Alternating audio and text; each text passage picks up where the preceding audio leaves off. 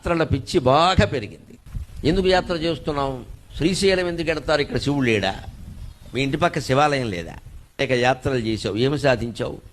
ఆలోచిద్దామండి. అందరూ ఇవాళ యాత్రలు చేసేవాళ్ళు చాలా పెరిగారు విచిత్రంగా. కానీ లోకంలో ఏమైనా మార్పు వచ్చిందా? ధర్మం పెరిగినట్టుగా ఉందా? ఒక మాత్ర వేసుకుంటే శరీరంలో మార్పు వస్తుంది కదా, ఒక యాత్ర చేస్తే ఎంత మార్పు రావాలండి శరీరంలో? అలా బెళ్ళకి ఆ మహిమ ఉందని, ఒక మాత్రకింత మహిమ ఉంటే ఒక యాత్రకి మహిమ లేకపోవడం ఏంటండి? కాశీ పెడతారు, ఆ నీళ్లు పట్టుకొచ్చి రామేశ్వరంలో వదులుతారు, ఆ నీళ్లు పట్టుకొచ్చి ఇంకో నెత్తి మీద పోస్తారు, బుద్ధి మాత్రం మారదు. ఇంట్లో గొడవలే.